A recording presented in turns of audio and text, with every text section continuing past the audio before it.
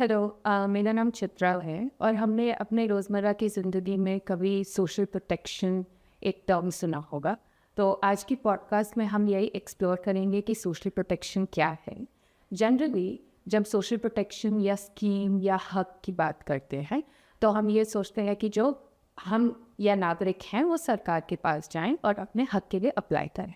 But हम ये explore करना चाहते हैं कि आज के भारत में जो विकसित भारत की तरफ हम जा रहे हैं, क्या ऐसा सिचुएशन हो सकती है कि नागरिक को सरकार के पास जाने के बजाय जो सरकार है वो नागरिक के पास खुद आए।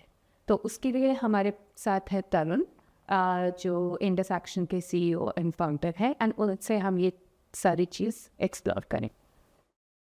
तरुण, सबसे पहला सवाल मेरा ये है कि सोशल प्रोटेक्शन है क्या चीज़, और एज अ सिटीज़न या एज अ नागरिक मुझे क्यों इसके बारे में सोचना चाहिए। First of all hello Chitra, thank you मेरे को यहाँ पे बुलाने के लिए। तो जैसे आपने बताया कि सबसे पहले समाज में ऐसे सुरक्षा क्यों चाहिए और सब नागरिक को इसमें हिस्सा क्यों लेना चाहिए। आमतौर पर पहले सवाल तो ये होता है, जो लोग टैक्स भरते हैं तो वो इस वाले सिस्टम में क्यों इन्हें अपनी पार्ट लेना चाहिए। तो फर्स्ट कुछ मिथ्स है कि सब लोग टैक्स नहीं भरते हैं, कुछ ही लोग भरते हैं। तो सबसे पहले इस समाज में हमारी एक्चुअली सारे हिस्सेदारी है। तो हम छोटे से नमक खरीदते हैं, साबुन खरीदते हैं, तो उसमें भी टैक्स जाता है। तो हर नागरिक किसी न किसी रूप में इनडायरेक्ट टैक्सेस के माध्यम से, डायरेक्ट टैक्सेस से या कॉर्पोरेट टैक्सेस से, अलग अलग तरीके के टैक्सेस से या कैपिटल गेन टैक्सेस से, तो हम इस समाज बनाने की हिस्सेदारी लेते हैं। तो उसमें एक पार्ट ये होता है कि नागरिक होने के नाते से तो हम सबको, किसी को भी, 2-3 साल के पहले कोविड सबको हुआ है। तो उसकी जो असर है सब लोगों को पड़ा है।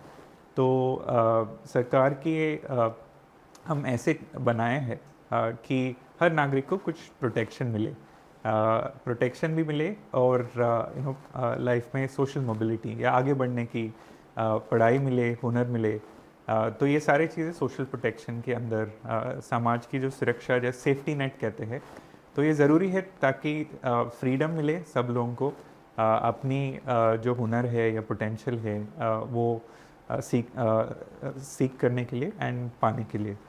सो या just to break it down very simply, दो तरीके में आप देख सकते हैं। तो एक तो प्रोटेक्टिव है, ताकि जो भी स्वास्थ्य का शॉक्स हो, क्लाइमेट की जो शॉक्स हो, या साइक्लोन हो, पोल्यूशन हो, जिसकी वजह से आपकी स्वास्थ्य पे या काम, जैसे कोविड के बाद हमने किया है, तो एक तरीके की चीज़ों से हमको प्रोटेक्शन चाहिए। दूसरे हम कहते हैं कि ट्रांसफॉर्मेटिव चीज़ें। तो आप जहाँ पर हो लाइफ में, आप और आगे बढ़ना चाहते हो, वो पढ़ाई हो सकता है, हुनर हो सकता है, और तरीके की अपॉर्चुनिटीज़ हो सकते हैं।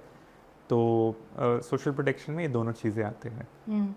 मेरा फॉलोअप क्वेश्चन यही था कि जब हम सोशल प्रोटेक्शन की बात करते हैं तो हमको कहीं ना कहीं शायद मालूम होता है क्या चीज़ें हैं सोशल प्रोटेक्शन में, बट कुछ कुछ चीज़ें होती है जो स्कीम्स होती हैं और कुछ कुछ चीज़ें होती है जो एक्ट्स के तौर पे लागू होती हैं।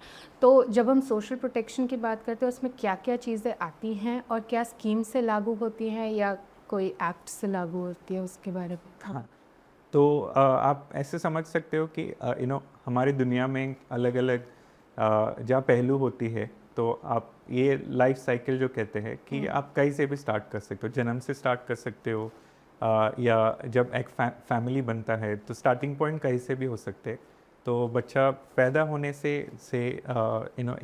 एक अंतिम क्षण तक तो अलग अलग इवेंट्स होते हैं। एक फैमिली के लेवल पे अगर हम देखा जाए, बच्चे की पैदा होता है, तो फिर उसके बाद आंगनवाड़ी में एंट्री होता है। तो ये पहले 3 साल में काफ़ी स्वस्थ और आहार की नीड्स होते हैं। फिर स्कूल से लेके 3 साल से लेके से पोस्ट ग्रेजुएशन तक पढ़ाई की नीड्स होते हैं। तो उसके बाद हम वर्क फोर्स में एंटर करते हैं। तो फिर हुनर की और जॉब्स की नीड्स होते हैं, या प्रोडक्टिविटी बढ़ाने की, या एक्टिव सिटीज़न होने की नीड्स होते हैं। तो फिर एक टाइम आने के बाद हेल्थ या प्रोडक्टिविटी शॉक्स होते हैं। तो आप पूरे अपने कैपेबिलिटी से वर्क फोर्स में पार्टिसिपेट नहीं कर सकते, तो पेंशन की ज़रूरत होती है या कुछ सोशल सिक्योरिटी की ज़रूरत होती है। तो इन बीच में कहीं पे भी बाहर से शॉक्स हो या आपकी स्वास्थ्य के शॉक्स हो, तो फिर हेल्थ इंश्योरेंस की ज़रूरत होती है या लाइवलीहुड इंश्योरेंस की ज़रूरत होती है। तो ये सारे अलग अलग पहलू है लाइफ में। अगर हर नागरिक को या प्रोटेक्शन मिले शॉक से या आगे बढ़ने की बढ़ावा मिले, तो मोटे तौर पे ये है सोशल प्रोटेक्शन, ताकि पैदा होने से फिर लास्ट क्षण तक आप एक समाज में नागरिक हो, तो आपको समाज से भी कुछ भरोसा मिल रहा है कि आपको भी कोई देख रहे हैं, आपकी फैमिली नहीं, तो हम थोड़ा थोड़ा हिस्सा डाल रहे अलग अलग माध्यम से, टैक्सेस की माध्यम से और सरकार की जो माध्यम से आपको एक लेवल ऑफ सुरक्षा और बढ़ावा मिल रहा है। इस सिस्टम हमने ऐसे डिज़ाइन किया है। एटलीस्ट स्कीम्स और हक में ये फ़र्क है, तो स्कीम्स आते जाते हैं, तो उसकी जो रूपरेखा है या डिज़ाइन है तो वो बदल सकती है, क्योंकि उस पल की जो सरकार है वो तय करते हैं कि कौन सा पल बहुत इम्पोर्टेंट है। कोविड के समय हो रहा है, ये इम्पोर्टेंट है, थोड़ा एक नया स्कीम करते हैं। कुछ सदियों से हमारी जो डेमोक्रेटिक प्रोसेसेस है, तो उसमें कुछ मांग हुए हैं जिससे हक बने हैं कि जैसे 60s 70s में फेमाइन का शौक था, तो तब फिर ये हक बना कि कोई नागरिक should go to bed hungry. तो गरीबी की वजह से, कोई और रीज़न की वजह से खाना तो सबको मिलना चाहिए, तो उससे पब्लिक डिस्ट्रीब्यूशन सिस्टम बना पिछले 60 साल में, जो अभी हम जो राइट टू फूड कहते हैं वो हक बना, ताकि कोविड जैसे पल भी आए तो कोई ऐसे नागरिक होना चाहिए जिसको 2 पल की खाना ना मिले। तो ऐसे ही राइट टू इन्फॉर्मेशन हो, मनरेगा जो कहते हैं कि जॉब्स की जो गारंटी हो, जो भी जॉब्स की माहौल हो, मनरेगा ये कहता है कि रूरल में, गांव में एटलीस्ट 90-100 दिन की काम मिलना चाहिए सबको, एंड उसकी मिनिमम वेतन सरकार से वो काम के लिए मिलेगा। तो ये कुछ हक बने हैं, तो सरकारें आते जाते हैं, पर ये हक तो काफ़ी, कुछ हक ऐसा है कि सदियों से रहे हैं। पीडीएस 60 साल से, मनरेगा 30 साल से, कुछ पिछले 20 साल में कुछ हक भी आए हैं, राइट टू इन्फॉर्मेशन, सो विद्या की जो हक है, right to education, right to food security बने हैं, right to persons with disability. तो ये पिछले 20 साल में आए हैं। करेक्ट। जो आपने लाइफ साइकिल बताया, आई थिंक एक इम्पॉर्टेंट पॉइंट है जहाँ पे हम उसको थोड़ा सा डिवाइड कर सकते हैं। वो हो सकता है कि जब एक बच्चा शिक्षा ले रहा है, क्योंकि पढ़ाई तो ज़िंदगी भर चलती रहती है, पर एक बच्चा शिक्षा ले रहा है, और फिर जब हम जॉब्स की बात करते हैं, तो जब आपने शिक्षा के बारे में बोला, आपने कहा शिक्षा का अधिकार है बच्चों को, तो आप उसके बारे में थोड़ा बता सकते हैं, और क्या चेंजेस हैं आपके काम से, मतलब आपने क्या देखा है इसके बारे में? हाँ, तो ये करीबन ये कह सकते हैं कि पिछले 20 साल से सोच बनी है। 2005 में शिक्षा के अधिकार की एक ड्राफ्टिंग कमेटी बनी थी, और काफ़ी पहलुओं पे बात हुआ कि शिक्षा को हम हक कैसे बनाएं। इसके पहले डायरेक्टिव प्रिंसिपल था, तो मतलब जिम्मेदारी था, पर वो सरकार की हक नहीं बनता था और नागरिक के हक नहीं बनता था कि शिक्षा पाने का हर बच्चे को। तो 2009 में पास हुआ पार्लियामेंट में, तो 6 साल से लेकर 14 साल तक हर बच्चे को शिक्षा मिलने की अधिकार लागू किया है इस एक्ट में। तो ये मोटे तौर पे वो था, पर इसमें बहुत सारे क्लॉजेस थे या पहलू थे जो अलग अलग एंगल को कवर करने का कोशिश कर रहे थे। सरकार की स्कूल्स कैसे दिखना चाहिए, पेरेंट्स को कैसे हक होना चाहिए स्कूल मैनेजमेंट कमेटी के माध्यम से, प्राइवेट स्कूल में बच्चों का क्या हिस्सेदारी होना चाहिए। तो उसमें एक पहलू है 12(1)(c) करके, तो उसमें ये कहता है कि प्राइवेट स्कूल का भी जिम्मेदारी है इस समाज में। तो ऐसा नहीं कि स्कूल्स का मतलब है सरकार की जिम्मेदारी बस सरकारी स्कूल से ख़त्म होता है। तो हर बच्चे, हर स्कूल का जो जिम्मेदारी है तो वो समाज को बनता है और प्राइवेट स्कूल को भी समाज में कुछ हिस्सेदारी लेना चाहिए। तो उन्होंने ऐसे डिज़ाइन किया बहुत सोचताछ के बाद कि एंट्री लेवल पे जो 25% सीट्स है तो वो जो एक इकोनॉमिकली आर्थिक वर्ग से या सामाजिक वर्ग से जो पीछे हुए बच्चे हैं तो उनको हिस्सा मिलना चाहिए ये प्राइवेट स्कूल में भी। और 8-10 साल की उनकी जो एजुकेशन है वो सरकार की रीइंबर्समेंट या वेतन से इन स्कूलों में उनको दाखिला मिलना चाहिए। करेक्ट। सो क्लास 1 से लेके क्लास 8 8 तक, अभी क्लास 8 तक, कुछ राज्यों में 12वीं तक एक्सटेंड हुआ है, ठीक। पर मोटे तौर पे अक्रॉस द कंट्री क्लास 1 से लेके क्लास 8 तक है। करेक्ट। आई थिंक आपने जो बताया कि प्राइवेट सेक्टर की भी भागीदारी होनी चाहिए एक सोसाइटी में, और पहले आपने पॉइंट रेज किया था एक्टिव सिटीजनशिप, तो वो दोनों एकदम मिल रहे हैं इस एक्ट के ज़रिए। बट इस एक्ट के लागू करने से या एजुकेशन, प्राइवेट सेक्टर को एजुकेशन में लाने से देश पे क्या असर पड़ता है या कैसे बढ़ोतरी होती है? जो भी डेवलप्ड कंट्री है, जो इतिहास हम देखा जाए कि ये कहते हैं कि डेवलप्ड कंट्रीज इसलिए बने कि उनकी जो पब्लिक इंस्टीट्यूशंस है वो मजबूत हैं। तो स्कूल्स हो, हॉस्पिटल्स हो, जो सुरक्षा की सिस्टम हो, तो वो एक हम इतिहास से सीख सकते हैं। पिछले 200 साल की जो भी डेवलपमेंटल हिस्ट्री है, जब से देश इस अलग अलग ट्रेजेक्ट्री पे गए हैं, तो वो एक है। और उसमें एक ये भी है कि जो भी डेवलप कंट्रीज़ में ज़्यादातर स्कूलिंग सिस्टम्स है वो कॉमन है।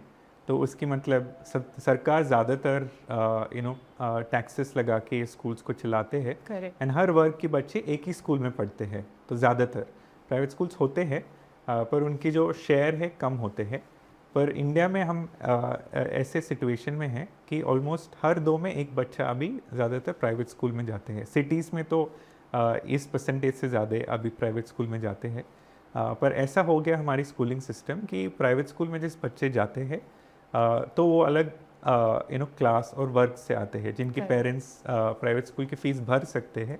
तो अभी वो सारे बच्चे प्राइवेट स्कूल जा रहे हैं जो फ़ीस एफोर्ड नहीं कर सकते हैं और गरीब परिवार से है या सामाजिक तौर पे कुछ डिसएडवांटेज परिवार से है, तो वो सारे बच्चे गवर्नमेंट स्कूल में जा रहे हैं। तो इस सिचुएशन में ये क्लॉज को इमेजिन किया गया कि हम अभी भी चाहते हैं समाज में एक कॉमन स्कूल हो, बच्चे कोई भी वर्ग से हो। तो आपकी बर्थ लॉटरी से होती है, तो कोई भी फैमिली में, तो वो डिटरमिन नहीं करना चाहिए कि आपकी शिक्षा की कैसे मौका मिले, लाइफ में आगे बढ़ने का कितना चांस मिले। तो ये शिक्षा के अधिकार में ये एक पहलू है जो कोशिश करता है कि स्कूल्स कॉमन हो। आप कहीं पे भी कोई भी फैमिली में बॉर्न हो तो आपको एटलीस्ट अर्ली ईयर्स में सेम अपॉर्चुनिटी मिलना चाहिए, मौका मिलना चाहिए। तो हम ऐसे समाज एटलीस्ट इमेजिन या बनाना चाहते हैं इसमें स्कूल्स अभी भी कॉमन हो एक्सेस में, और बच्चे ऐसे नागरिक बने कि अपने बैकग्राउंड से ही बच्चों से दोस्ती या रिलेशनशिप्स ना बनाए। तो जो समाज बाहर है तो स्कूल के अंदर भी अगर वो रिप्रेजेंटेड हो तो फिर बच्चों का जो तो नागरिक बनने का जो कॉन्शियसनेस है वो अलग तरीके के हो सकता है। पर जो मेरे दिमाग में सवाल आ रहा है वो ये कि बच्चे जो वंचित वर्ग के हैं वो काफ़ी ज़्यादा है। क्या प्राइवेट स्कूल्स इतने हैं जो उनको एब्जॉर्ब कर सकते हैं? और आप अपने काम के बारे में भी इसमें बता सकते हैं कि किस तरीके से ये लागू होता है एक्चुअली अब? नहीं तो सारे प्राइवेट स्कूल्स अगर देश में मिला जाए तो इस शिक्षा के अधिकार के अंदर करीबन हर साल कुछ 30 लाख सीट होते हैं बच्चों के लिए, जो बच्चे हैं जिनके लिए एलिजिबल है। तो इससे करीबन काफ़ी ज़्यादा बच्चे एलिजिबल होते हैं। तो जो सीट्स एक्चुअली बहुत हाई क्वालिटी या हाई डिमांड कर सकते हैं, तो बहुत सारे पेरेंट्स अपने बच्चे को वहाँ पे भेजना चाहते हैं, वो करीबन 10 लाख की होती है।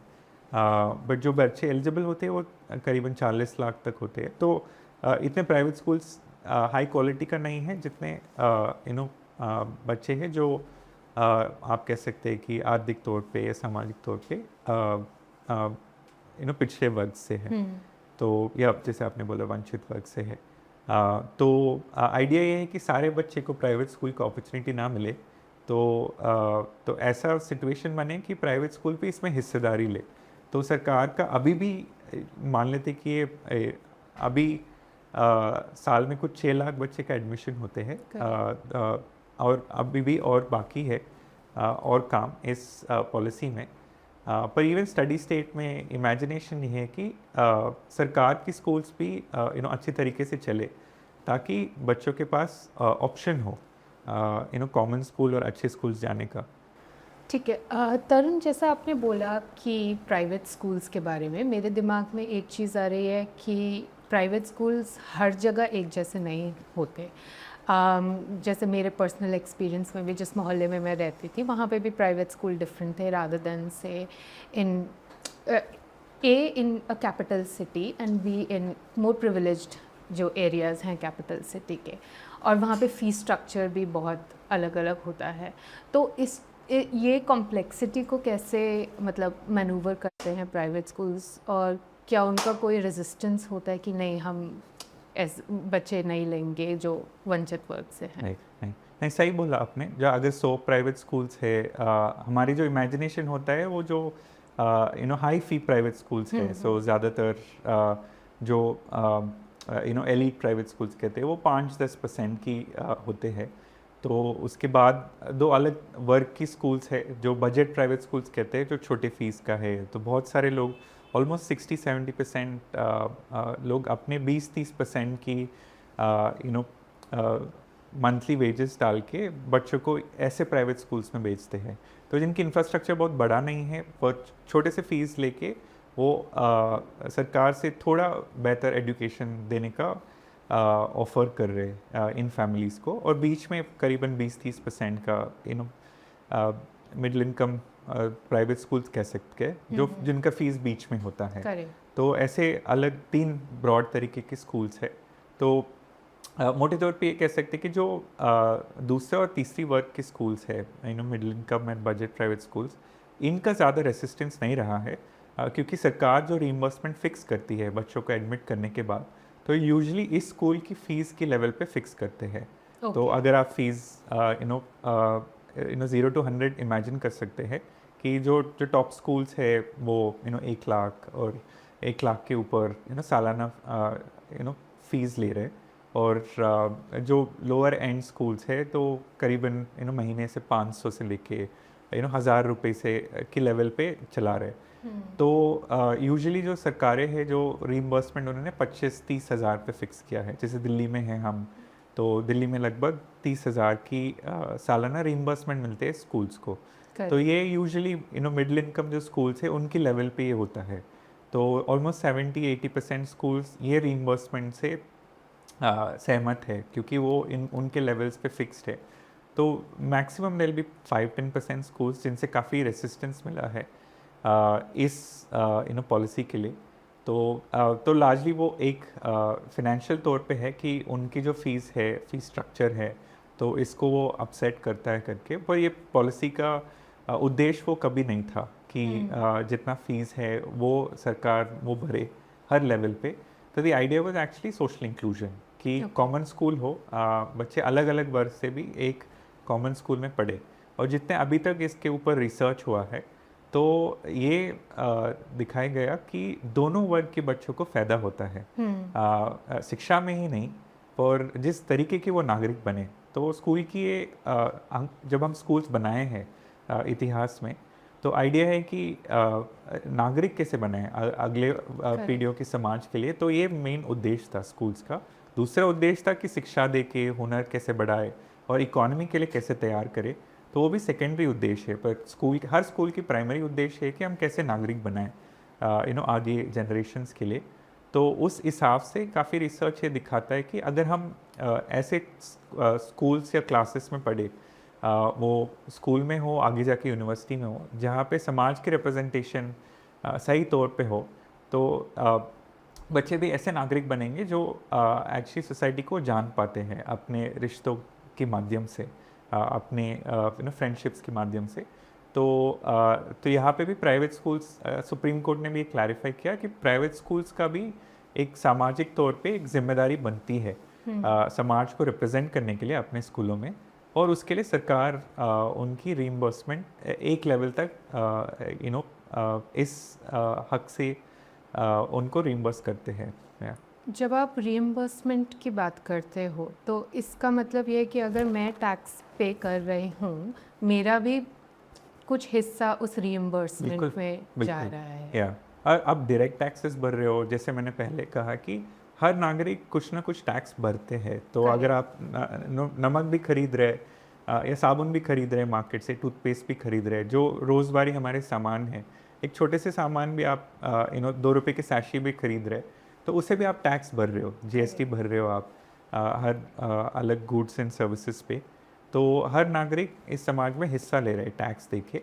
और वैसे श्रम भी हम वैसे तो देते हैं, राइट। तो एक तो जो श्रम जिसके लिए वेतन मिलता है, तो बहुत सारे महिलाएं हैं, आदिवासी है, तो जिनके श्रम के लिए वो उनको वेतन भी नहीं मिलता है, तो जिसको हम अनपेड लेबर कहते हैं, वो भी एक फॉर्म ऑफ समाज की कंट्रीब्यूशन है।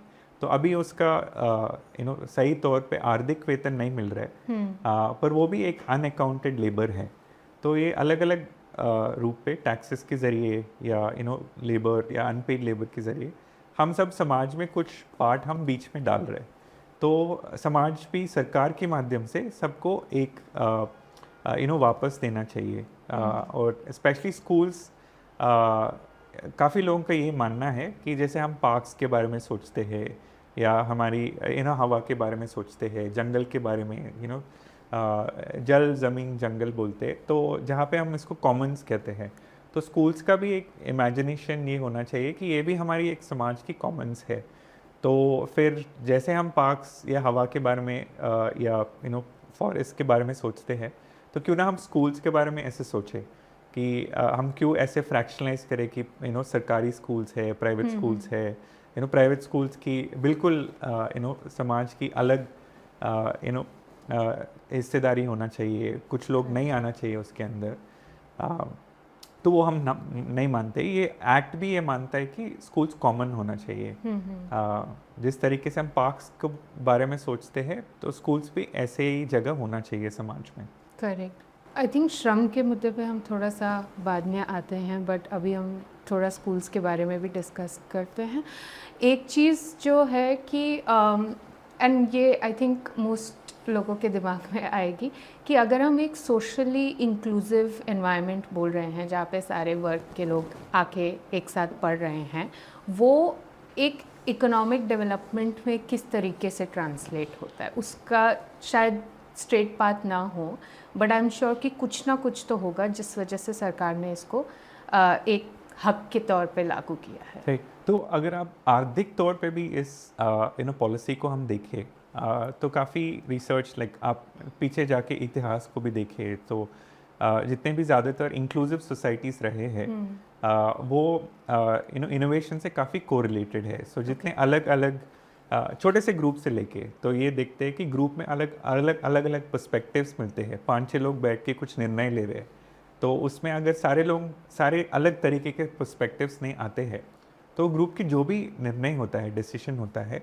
तो उसमें कुछ कमियां होते हैं। तो ये काफ़ी रिसर्च, ग्रुप थिंक के ऊपर रिसर्च होता है, ग्रुप्स कैसे फंक्शन करते हैं। तो ये छोटे से स्तर पे लेके आप कंपनी सोचिए, कंपनी का जैसे 8 बोर्ड मेंबर्स होते हैं, तो अगर उसमें समाज की हर पर्सपेक्टिव नहीं है, तो जो भी निर्णय वो बोर्ड लेगा, तो उसमें लिमिटेशन होंगे, कमियां होंगे, और इतना इनोवेटिव नहीं रहेंगे, क्योंकि उन्होंने सारे पर्सपेक्टिव को इंक्लूड नहीं किया। तो रिसर्च ये दिखाता है कि जितना इंक्लूसिव है हर तरीके की इंस्टीट्यूशन, वो एक प्राइवेट फर्म भी ले लीजिए, उसकी बोर्ड हो, उसकी जो लीडरशिप टीम हो, उसकी जो कंपनी की वर्कफोर्स हो, उससे लेके फिर आप सरकार ले लीजिए, या सरकार की जो इंस्टीट्यूशंस है, प्राइवेट की जो इंस्टीट्यूशंस है, जितना ज़्यादा हिस्सेदारी हो, जितने ज़्यादा इमिग्रेंट्स के लिए फॉर एग्जांपल देश इंक्लूसिव रहे हैं, वो एक्चुअली बहुत कोरिलेटेड है इनोवेटिव सोसाइटीज़ बनने का। तो अभी खैर अगर आप देखोगे जो वेस्टर्न इकोनॉमीज हम कहते हैं, तो इनका ज़्यादा तरक्की इनोवेशन में या पर कैपिटा इनकम में इसलिए हुआ क्योंकि ये इमिग्रेंट्स के देश थे। तो बाहर से लोग गए थे, वहाँ पे अपना बनाया है, फिर नई चीज़ें डिस्कवर किया है, इनोवेशन की जो इंजन को आगे बढ़ावा दिया है। तो हम आर्थिक तौर पे भी बहुत नैरोली देखे नहीं देखना चाहिए, नागरिक के तौर पे देखना चाहिए, पर अगर उस पर्सपेक्टिव से भी हम देखें तो ये एक्चुअली सबके लिए विन विन है। तो एक बेहतर बाज़ार भी एक इंक्लूसिव सोसाइटी से ही बन सकता है। तो मान लीजिए कि एक समाज में 100 लोग हैं, तो अगर 90% लोगों की आपकी उनकी जो क्षमता है, हुनर है, उसको टैप इन ही नहीं कर रहे हो, आप कह रहे हो कि ये मिनिमम वेजेस पे रहेंगे या अनऑर्गेनाइज लेबर पे रहेंगे, तो बाकी 10% से ही हमारी आर्थिक व्यवस्था चलेगी, तो वो समाज कभी आगे इनोवेटिव नहीं बन सकता है और सक्षम नहीं बन सकता है, पूरे तरीके से सक्षम नहीं बन सकता है। जितना 10% लोगों की सक्षम है उतना ही वो उसका आउटपुट्स या जीडीपी होगा। तो अगर हम बहुत ट्रांसैक्शनली और नैरो तौर पे भी देखें तो हमारे आर्थिक वर्ग को भी बढ़ाने के लिए तो हर तरीके के नागरिक को इस मार्केट में हिस्सेदारी का ज़रूरत है। और वो स्टार्ट होता है कि समाज की बाकी इंस्टीट्यूशन से, वो स्कूल से स्टार्ट होता है, आंगनवाड़ी से स्टार्ट होता है, हमारे पब्लिक हॉस्पिटल से स्टार्ट होता है, या हॉस्पिटल से स्टार्ट होता है। तो दो चीज़ें जो वर्ड्स मेरे दिमाग में बैठ गए वो है रिसर्च और इनोवेशन। और उसी के चलते मुझे फॉलोअप क्वेश्चन यही पूछना था, क्या आपके रिसर्च जो 12C के बारे में है वो क्या कहता है? दूसरा कि क्या इनोवेशन है या हो रहा है पिछले कुछ सालों में 12C में? तो 12C अभी भी 10 साल हुए हैं इम्प्लीमेंट करते हुए। 2009 में लागू हुआ है, पर सुप्रीम कोर्ट ने 2013 में इसको पास किया है। तो ये बोलते हुए कि प्राइवेट स्कूल्स का भी हिस्सेदारी होना चाहिए। तो हमको 10-12 साल की एक्सपीरियंस है अलग अलग राज्यों में इसको लागू करने में। तो फर्स्ट लेवल पे है कि ये अच्छा न्यूज़ है कि करीबन 20 स्टेट्स एंड यूनियन टेरिटरीज इसको पूरी तरीके से लागू कर रहे हैं। तो बच्चे को प्राइवेट स्कूल्स को रजिस्टर कर रहे हैं, बच्चे को लागू कर रहे हैं, और ऑलमोस्ट हमारे रिटेंशन सर्वे की रिसर्च 4 स्टेट्स में दिखाता है कि 93% बच्चे जिस स्कूल में एडमिशन हुए उसी स्कूल में अभी भी दाखिला लेके चल रहे हैं। तो क्योंकि पहला कंसर्न ये था कि बच्चे एडजस्ट नहीं कर पाएंगे, ड्रॉप आउट कर पाएंगे, ड्रॉप आउट कर लेंगे पिछले 2-3 साल में, पहले 2-3 साल में एडजस्ट नहीं कर पाएंगे। तो एटलीस्ट अभी तक जितना हमने अर्ली कोहॉर्ट्स को स्टडी किया है कोविड के टाइम पे और 2023 की कोहॉर्ट में, तो 90% के ऊपर बच्चे अभी भी वही स्कूल में है। जो 10% बच्चे ड्रॉप आउट हो रहे हैं वो स्कूल सिस्टम से ड्रॉप आउट नहीं कर रहे, तो वो दूसरे स्कूल पे माइग्रेट कर रहे हैं। तो इधर ट्रांसपोर्ट की प्रेशर्स की वजह से या बुक्स एंड यूनिफॉर्म की प्रेशर की वजह से अगर सरकारें अपने रीइंबर्समेंट पॉलिसीज़ और बेहतर बना सकते तो ये 10% भी हम कम कर सकते। तो ये फर्स्ट लेवल है। दूसरे तौर पे काफ़ी यूनिवर्सिटी के रिसर्चर्स ये देखा है कि चलो बच्चे स्कूल के अंदर गए, रिटेंशन हो गया, एक्चुअली असर क्या पड़ा। तो लर्निंग आउटकम्स के ऊपर उनकी सोशो इमोशनल आउटकम्स कहते हैं कि उनके माइंडसेट या मानसिक तौर पे कुछ असर पड़ा है क्या। तो लोगों का डर ये भी रहता है कि ऐसे मिक्स करने से नेगेटिव प्रभाव हो सकता है, तो डिसिप्लिन के ऊपर या लर्निंग आउटकम्स के ऊपर। तो गौतम राव करके एक हार्वर्ड के रिसर्चर है, उन्होंने दिखाया कि एक्चुअली सब पॉजिटिव असर पड़ता है। तो शिक्षा की जो आउटकम्स है, लर्निंग आउटकम्स हो या हम सोशो इमोशनल कहते हैं कि बच्चे की जो माइंडसेट है, तो उन्होंने ये दिखाया कि जो फी पेइंग बच्चे हैं तो ज़्यादा लाइकली है वो वॉलंटियर करने के लिए, जो हम इगैलिटेरियन एटीट्यूड्स कहते हैं, जो समाज के प्रभाव एक हिस्सेदारी रखने का जो वैल्यू है, तो वो उनका काफ़ी बढ़ावा हुआ है क्योंकि वो साथ में एक क्लास में पढ़े हैं। तो ये उन्होंने दिखाया है। और अभी जो लेटेस्ट रिसर्च अजय सहाय का है यूनिवर्सिटी शिकागो से, वो दिखा रहे कि ये बस बच्चों पे एक्चुअली पॉजिटिव असर नहीं है, स्कूलिंग सिस्टम पे भी पॉजिटिव इफ़ेक्ट्स है। तो ये पॉलिसी प्राइवेट स्कूल को बेनिफिट करता है, पब्लिक स्कूल्स को भी बेनिफिट करता है, क्योंकि अभी बच्चे कहीं पे भी जा सकते हैं। तो ये थोड़ा पॉजिटिव प्रेशर लगाता है सरकार अपने स्कूल्स को भी और बेहतर बनाने के लिए, क्योंकि डिफ़ॉल्ट चॉइस नहीं है। अगर 10 लाख बच्चे हर साल थोड़ा अपना चॉइस लेंगे करेक्ट। कि मैं सरकारी स्कूल में जाऊँ अपने नेबरहुड में या अपने मोहल्ले में, या ये जो 12वीं की माध्यम से मैं ये प्राइवेट स्कूल में जाऊँ, तो उसे थोड़ा पॉजिटिव प्रेशर भी बनता है दोनों स्कूल्स को अपनी क्वालिटी बढ़ाने का। तो ये अर्ली रिसर्च जो यू शिकागो से आ रहा है अजय सहाय जी का, तो ये दिखा रहे हैं कि एक्चुअली ये पॉलिसी नेट पॉजिटिव है पूरे सिस्टम के लिए भी, बच्चों को और फैमिलीज़ के लेवल पे भी नहीं, पर एक्चुअली हमारे समाज के लिए भी अच्छा है। ये सारे स्कूल्स का लेवल बढ़ेगा। तो तरुण, जैसा आपने बताया कि एक बच्चे का बैकग्राउंड बहुत मैटर करता है, एंड प्राइवेट स्कूल में एक मिक्स ऑफ चिल्ड्रन है तो उनका बैकग्राउंड भी डिफ़र करेगा, राइट?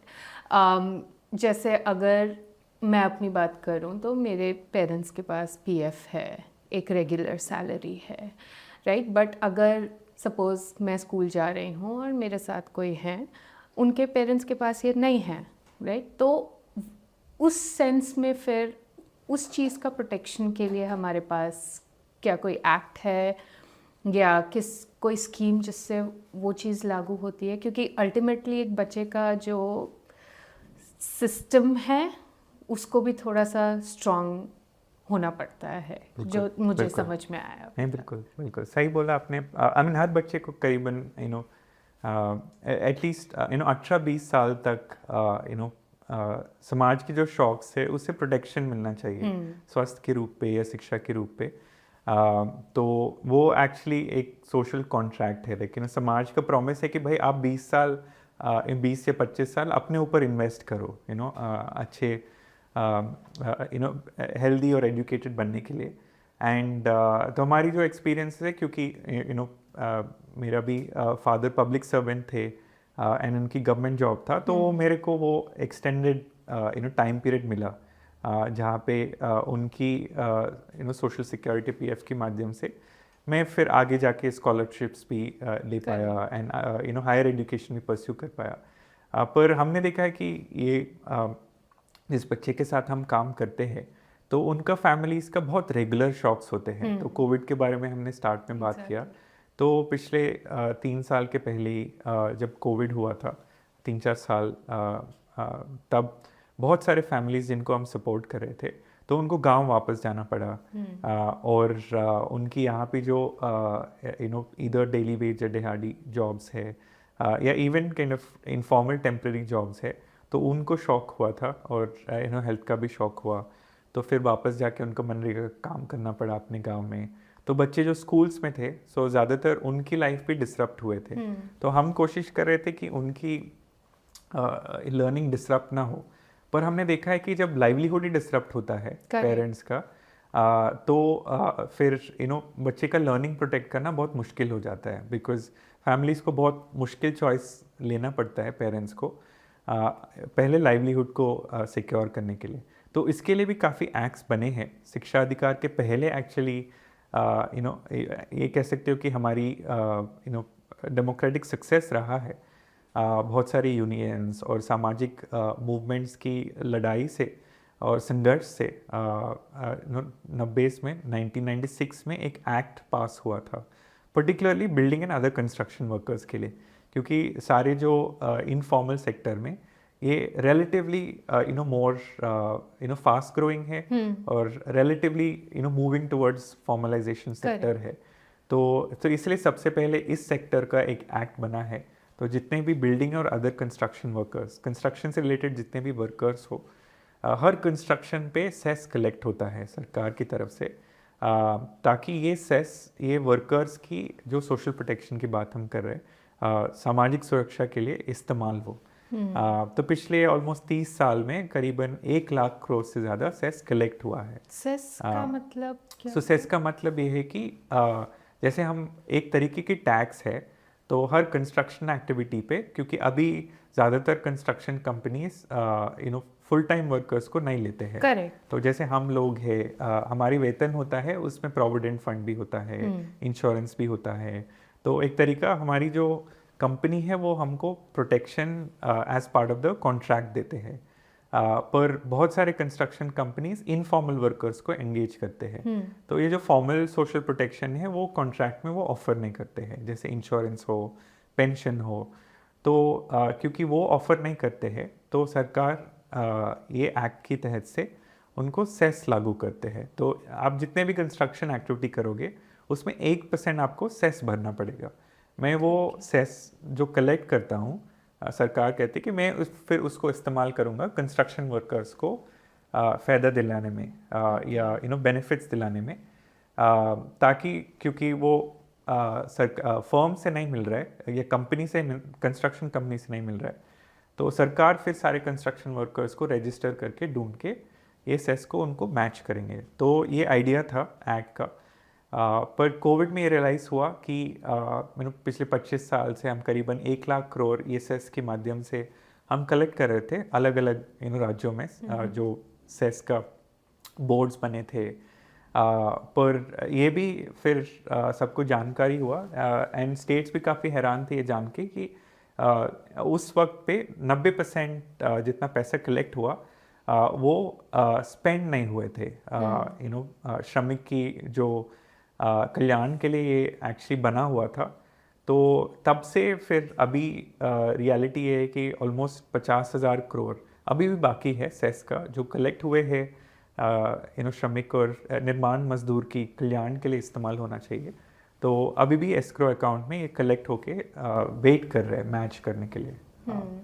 तो ये पैसा किस किस चीज़ों में यूज़ कर सकते हैं? जो आपने बोर्ड बोला बनाए हैं, क्या हर चीज़ में वो यूज़ कर सकते हैं, या अगर सेस का पैसा नहीं खर्च हुआ है तो उसमें इतना अलार्मिंग बात क्या है? हाँ, तो एक अच्छी बात है कि जो एक्ट है तो वो क्लियरली डिफाइन करता है कि किस तरीके की कल्याण के लिए इस्तेमाल करना चाहिए। एक तो वो क्लैरिफाई करता है कि श्रमिक और जो बिल्डिंग मजदूर है तो किस कैटेगरीज से है, किस कैटेगरीज को हम बिल्डिंग और अदर कंस्ट्रक्शन वर्कर्स मानते हैं।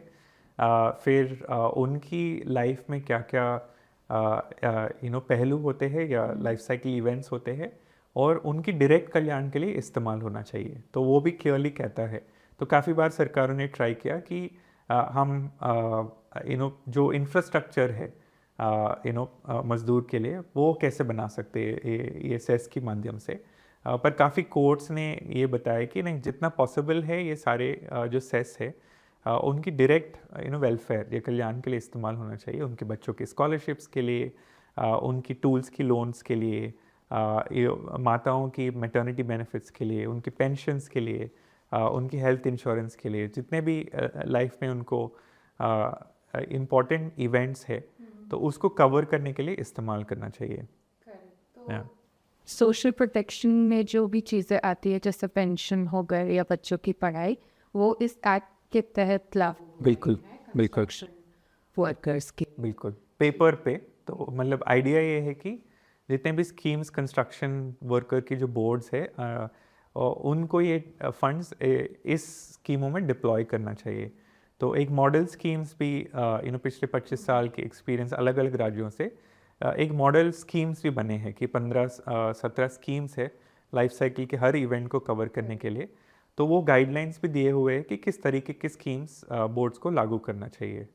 ठीक है। हाँ। और अभी तक बोर्ड्स उस सारी चीज़ों को लागू कर रही हैं, पर वो अमाउंट जो है वो अभी भी अनस्पेंड है बिल्कुल बोर्ड के पास। बिल्कुल। पर मैं ये सोच रही हूँ कि क्योंकि जो हमारा सिस्टम है या जो कंस्ट्रक्शन वर्कर्स काम कर रहे हैं उनका कोई लिखित में तो कॉन्ट्रैक्ट होता नहीं, तो हम फिर कैसे डिटर्मिन कर रहे हैं या कैसे पता लगा रहे हैं कि वो कंस्ट्रक्शन वर्कर हैं या नहीं हैं, और कैसे स्कीम्स जो हैं वो उन तक पहुँच भी रहे? बिल्कुल उसका क्या बिल्कुल नो, आपने सही बात पकड़ा है। तो सरकारों के भी ये सबसे बड़ा चैलेंज रहा है क्योंकि ये इनफॉर्मल सेक्टर है। रियलिटी के तौर पे वर्कर को कैसे रजिस्टर किया जा रहा है, उनका कैसे अटेंडेंस रखा जा रहा है। तो क्योंकि उसका प्रॉपर सिस्टम नहीं है, क्योंकि हमको पता है कि कॉन्ट्रैक्टर्स होते हैं, फिर सब कॉन्ट्रैक्टर्स होते हैं, कई तौर पे तीसरे लेवल पे भी कॉन्ट्रैक्टर्स होते हैं। तो जिसकी वजह से ट्रेस चला जाता है कि कौन कंस्ट्रक्शन की साइट पे थे, कितने काम किए हैं, कितने टाइम के लिए काम किए हैं। पर सरकार की तरफ रूल ये बना है कि कम से कम आपको 90 दिन का कंस्ट्रक्शन काम दिखाना चाहिए आपको एलिजिबल या दाखिला होने में। तो इसमें प्रॉब्लम रहा है, लोगों को तकलीफ़ होता है कि ये प्रूफ दिखाने में। तो इवन मान लीजिए कि आपने मनरेगा का काम किया, तो वहाँ पे कंस्ट्रक्शन की काम ही किया आपके गांव में, तो रूरल डेवलपमेंट डिपार्टमेंट में बैठता है ये प्रूफ, पर ये प्रूफ नहीं दिखा पाते कंस्ट्रक्शन बोर्ड के साथ रजिस्टर करने के लिए। और सरकार भी अपने बीच में, लेबर और रूरल डेवलपमेंट जो मिनिस्ट्रीज है, तो अपने बीच में ये डेटा एक्सचेंज नहीं कर पाते हैं। अभी के तौर पे हम कोशिश ये कर रहे हैं कि ये बैकएंड पे ही ये डेटा एक्सचेंज हो, ताकि लोगों को ऑटोमेटिकली एनरोलमेंट मिले। तो एक लेवल पे सरकार के पास काफ़ी इन्फॉर्मेशन है जो इस्तेमाल कर सकते हैं ये प्रूव करने के लिए कि ये कंस्ट्रक्शन काम किया है, ये निजी तौर पे सही लोग हैं जो कंस्ट्रक्शन काम किया है। और प्राइवेट फर्म्स की तरफ से अभी थोड़ा बढ़ रहा है कि ये सिस्टम, अटेंडेंस के सिस्टम हो, रजिस्ट्री के सिस्टम हो। कोविड के बाद बढ़ रहा है, क्योंकि बहुत सारे फर्म्स अपने तरफ से भी, वो एक साल में ऑलमोस्ट उनका 100% टर्नओवर होता है, तो अपने वर्कफोर्स को वो रिटेन नहीं कर पा रहे। स्किल्ड हो, बहुत सारे पर्टिकुलर कंस्ट्रक्शन वर्कर स्किल्स है, जितने भी हम कंस्ट्रक्शन कंपनी से बात करते हैं उनका सारा ग्रीवेंस यही रहता है कि वो अपने स्किल्ड वर्कर्स को टाइम पे अट्रैक्ट नहीं कर पा रहे, लंबी टाइम के लिए रिटेन नहीं कर पा रहे। तो वो भी देख रहे हैं कि अगर मैं ये सिस्टम को और फॉर्मलाइज करूँ तो मेरा भी चांस बढ़ता है कि मैं अपने जो स्किल्ड वर्कर्स है, कंस्ट्रक्शन वर्कर्स है, उनको मैं जल्दी अट्रैक्ट करूँ और ज़्यादा टाइम के लिए, लंबी तौर के लिए मैं रिटेन कर पाऊँ। तो उनका भी ऑनलाइन सिस्टम्स बन रहे हैं ये रजिस्ट्री रखने के लिए।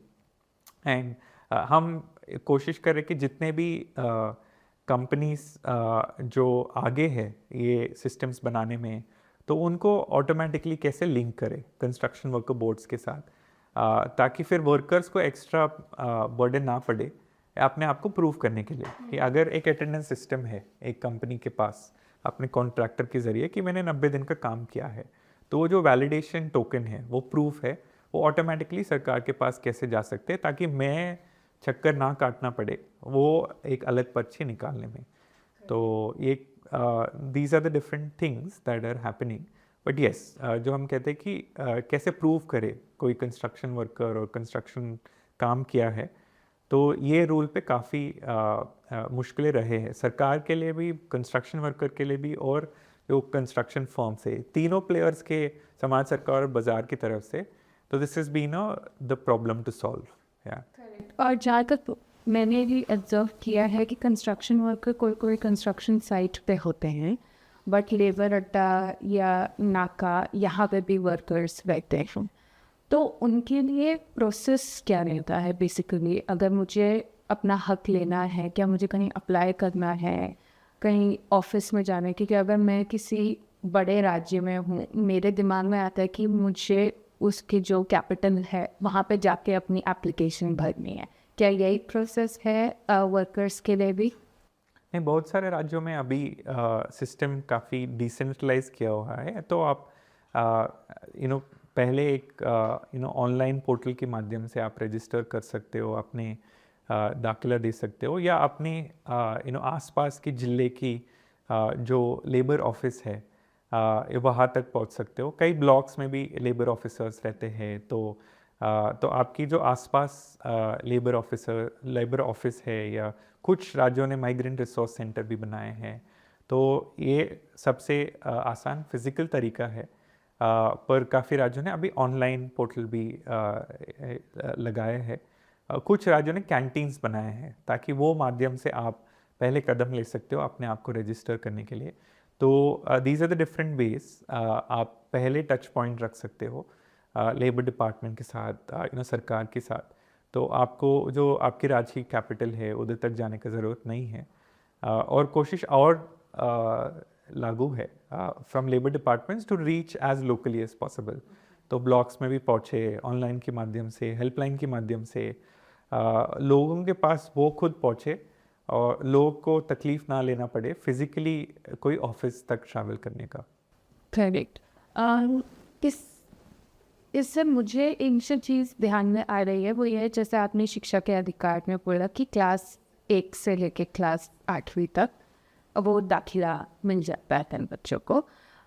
तो जो मैं अगर रजिस्टर कर रही हूँ लेबर एक्ट के तहत, तो क्या मुझे पूरी ज़िंदगी भर या ताउम्र वो चीज़ मैं रजिस्टर रहूँगी?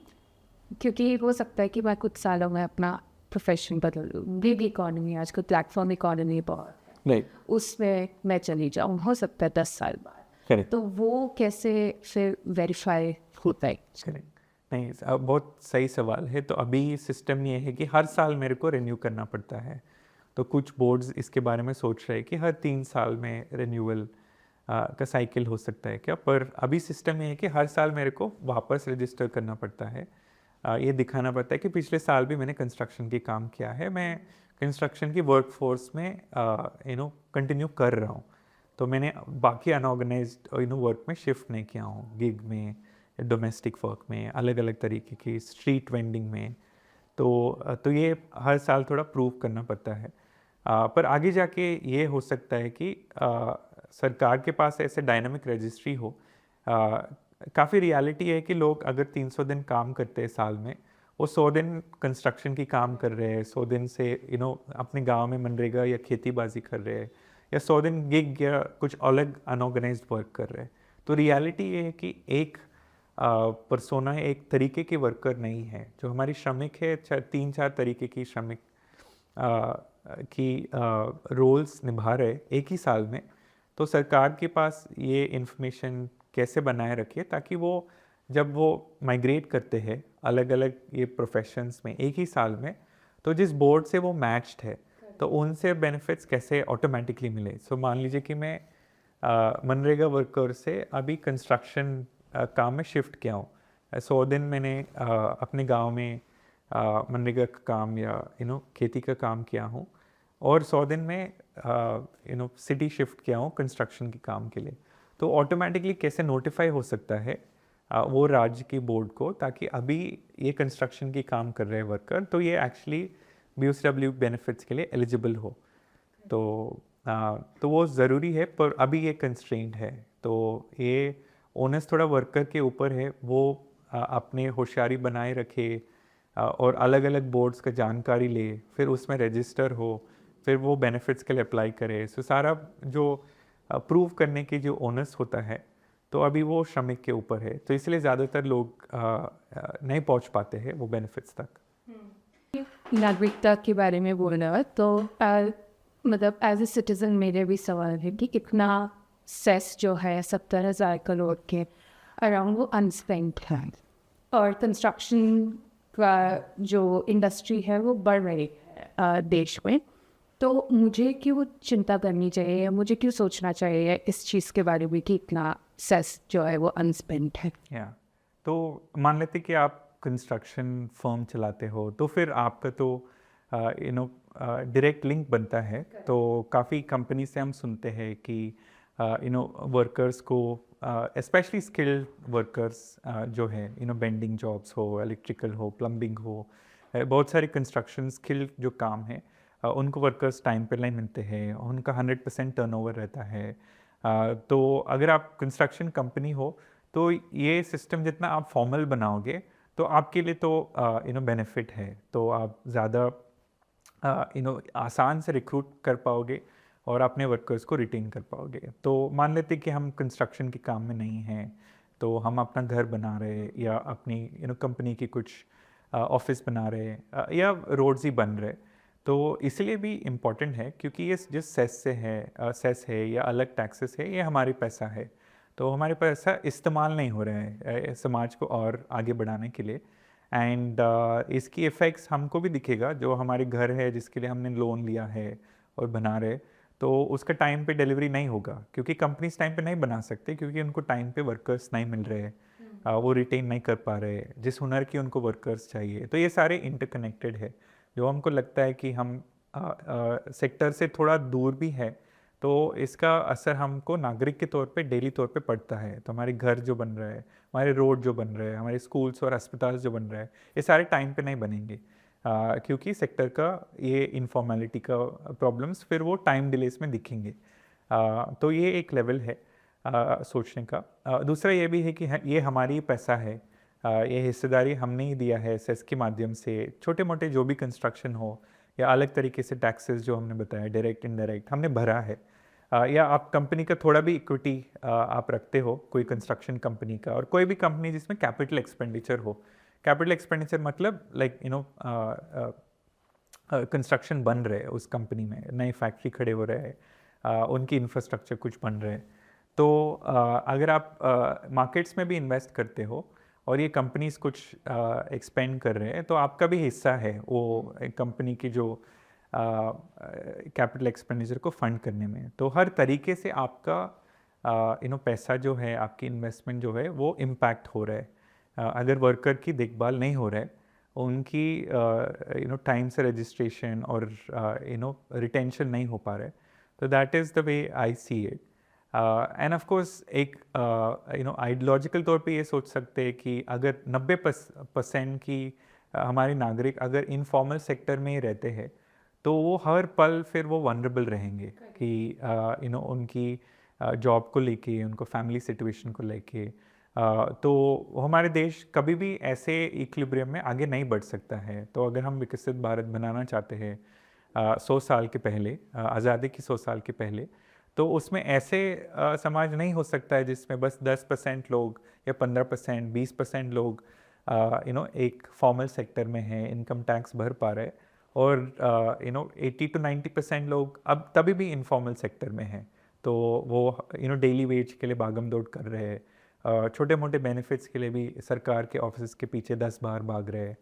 तो तब as a society as a whole हम कुछ लेवल तक ही पहुंच सकते हैं। तो we will never be a developed society if we have this level of इनफॉर्मेलिटी।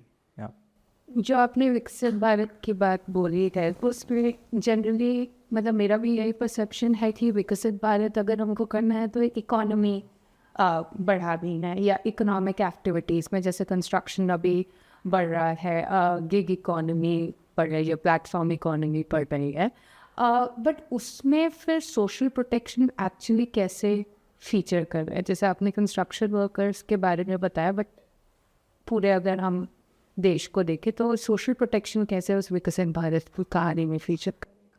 Right. तो ये कहा जाता है कि the best form of social protection is a formal job, right. So in ideal तौर पे जितने हमारे परसेंटेज ऑफ फॉर्मल जॉब्स बढ़े, तो जितने हमारे छोटे मोटे फर्म्स है, स्मॉल एंड मीडियम एंटरप्राइजेस जो कहते हैं, MSMEs जो कहते हैं, तो उनको एक्चुअली एक रास्ता बने कि इनफॉर्मल इकोनॉमी या लाइक इनफॉर्मल फर्म से और फॉर्मलाइज हो, लाइक लार्ज फर्म्स बने। तो उससे क्या होगा, अभी almost we have million very small firms and almost 90% लोग इनफॉर्मल इकोनॉमी में है, लाइक जैसे आपने बोला गिग में या डेली वेज कंस्ट्रक्शन वर्क में, डोमेस्टिक वर्क में, एक्सेट्रा। सो एक है कि हम जो 10% फॉर्मल इकोनॉमी है, पब्लिक सेक्टर प्राइवेट सेक्टर मिला के, तो इसको और फॉर्मलाइज करना है। that is the world over that is the fastest and seamless and easiest way. So एक तो इकोनॉमिक स्ट्रक्चरल ट्रांसफॉर्मेशन चाहिए, हमारी जो एग्रीकल्चर हो, इंडस्ट्री हो, small and medium enterprises services में हो, तो ये सारे जो इंडस्ट्रीज़ है तो ये फॉर्मलाइजेशन की तरफ मूव करना चाहिए। उनकी जो हर चीज़ें हैं जहाँ से कैपिटल वो सीख करते हैं, जिस तरीके से वो कैपिटल डिप्लॉय करते हैं, जो प्रोसेसेस है, तो वो एक लेवल पे है। दूसरा सरकार की साइड से जो सोशल प्रोटेक्शन सिस्टम है उसको और आसान बना सकते हैं ताकि लोगों को और बढ़ावा और फ्रीडम मिले। तो अगर मेरे को ये जो मेरे बेनिफिट्स है वो 1-2 स्टेप में आसान तरीके से मिले, फिर मैं वो अपना टाइम अपने फैमिली में इन्वेस्ट करने में, तो ज़्यादा शिक्षा और हुनर बढ़ाने में और स्वास्थ्य को और आगे करने में इस्तेमाल कर सकता हूँ। तो अभी एक्चुअली बहुत सारे लोगों का डेली स्ट्रगल्स ये चक्कर काटने में ही लग जाते हैं। तो टॉक्सिक स्ट्रेस कहते हैं, डेली वेज की वजह से, monthly kind of day to day चलने से, फूड इनसिक्योरिटी से, तो इन सब की वजह से बहुत सारे नागरिक का तो डेली स्ट्रगल्स में उनका लाइफ स्टक हो जाता है। तो सरकार की ये कोशिश रह सकता है, and like if you really have to become a developed country in विकसित भारत, तो हम अपने सोशल प्रोटेक्शन सिस्टम अभी जो है, ये बहुत सारे स्कीम्स है, 500 से ज़्यादा स्कीम्स है, हम जिस तरीके से डेवलप्ड कंट्रीज़ कंसोलिडेट करते, फॉर्मलाइज कर लेते हैं अपना सिस्टम को, तो जिसमें बस 10 से 15 स्कीम्स बन जाते हैं। तो लाइफ की जो इम्पोर्टेंट पल है उसकी अराउंड की स्कीम्स कंसोलिडेट हो जाते हैं। तो इंडिया भी उस तरीके से उस डायरेक्शन में मूव कर सकता है। ब्राज़ील हो, मेक्सिको, चाइना, जितने भी अभी हमसे आगे थोड़ा per capita middle income countries कह सकते हैं, तो वो जब हमारे स्तर पे थे $2,500 पे, तो वो ऐसे ही थे, उनका भी सिस्टम्स बहुत फ्रैगमेंटेड थे, बहुत सारे स्कीम्स थे, लोगों को बहुत मुश्किल था, एंड ₹1 में बहुत सारे पैसे लोगों को नहीं मिलता था। पर जैसे वो मिडिल इनकम पहुँचते हैं, उनके सिस्टम्स भी और सॉलिड और स्ट्रीमलाइन हो जाते हैं सोशल प्रोटेक्शन का, जिसमें 10-15 ही स्कीम्स होते हैं, फैमिली के तौर पे होते हैं, फैमिली को एक बार आइडेंटिफाई किया जाता है और उनका वनरेबिलिटी ट्रैकिंग होता है। तो और लाइफ के हर पल पे फिर सरकार उनके पास पहुंच के स्कॉलरशिप्स दिलाता है, हेल्थ सपोर्ट दिलाता है, पेंशन्स दिलाता है। तो that is the system we have to move to. फिर लोगों के पास फिर फ्रीडम हो अपने हुनर और एबिलिटीज़ एक्सप्रेस करने के लिए। तो जहाँ तक मुझे लगता है कि सरकार जो है, हर डिपार्टमेंट ये चीज़ तो शायद अलग अलग तरीके से अपने लेवल पे कर रहा होगा, बट जो मुझे एक देश के स्तर पे ध्यान आ रहा है वो है डिजिटल इंडिया।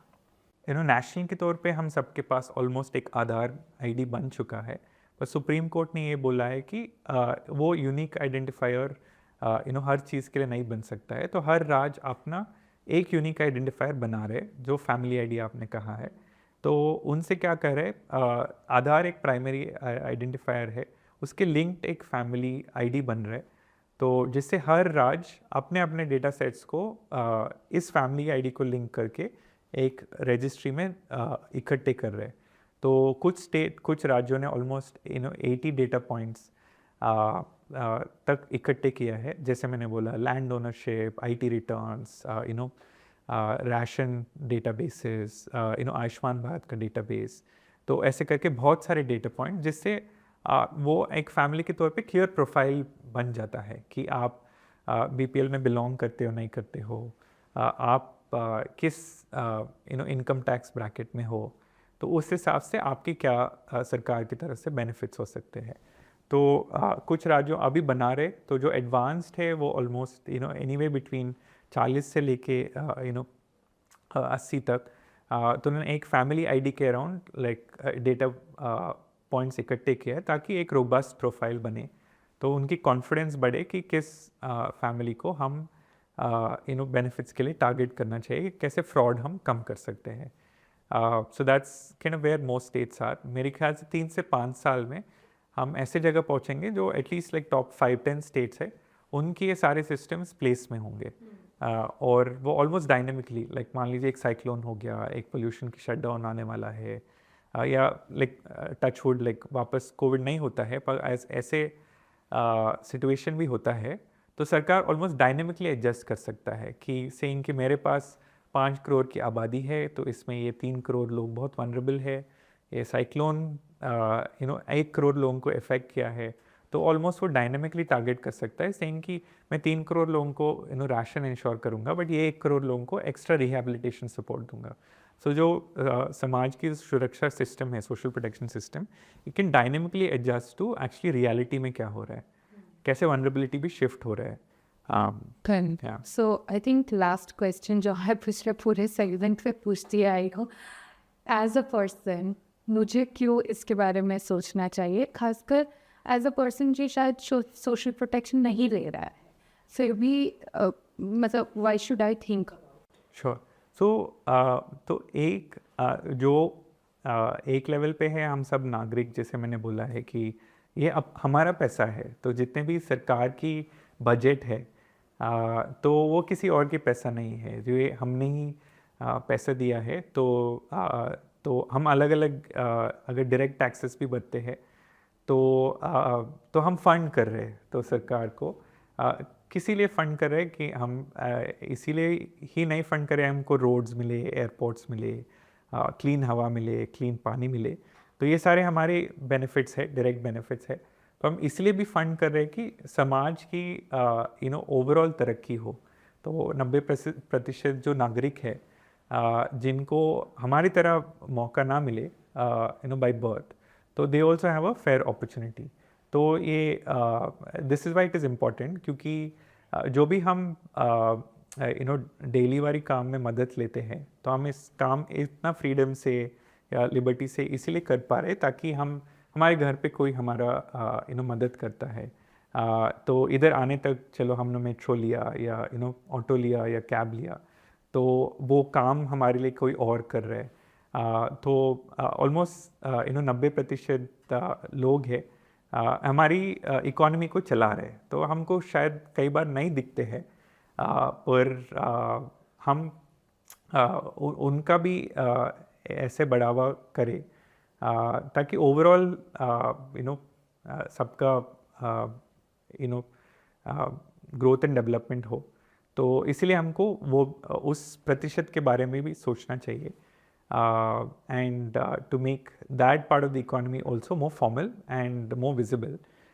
तो इसलिए हमारा कर्ज भी बनता है कि हमारा टैक्सेस थोड़ा फॉलो अप करे कि कहाँ पे जा रहे हैं, उसके बाद कहाँ पर जा रहा है, किस पे खर्चा हो रहा है, ये सही खर्चा है नहीं है। तो ये घूम फिर के से लेट्स से हमारी हाउस हेल्प है या हमारी ऊबर ड्राइवर है या हमारी डिलीवरी पर्सन है, तो उनको घूम फिर के कैसे मिल रहा है नहीं मिल रहा है, right? So I think like it's for that also, just to close the loop on our own money. It is important to follow through as a citizen, as an active citizen. Yeah. Thank you. Thanks a lot. Very insightful.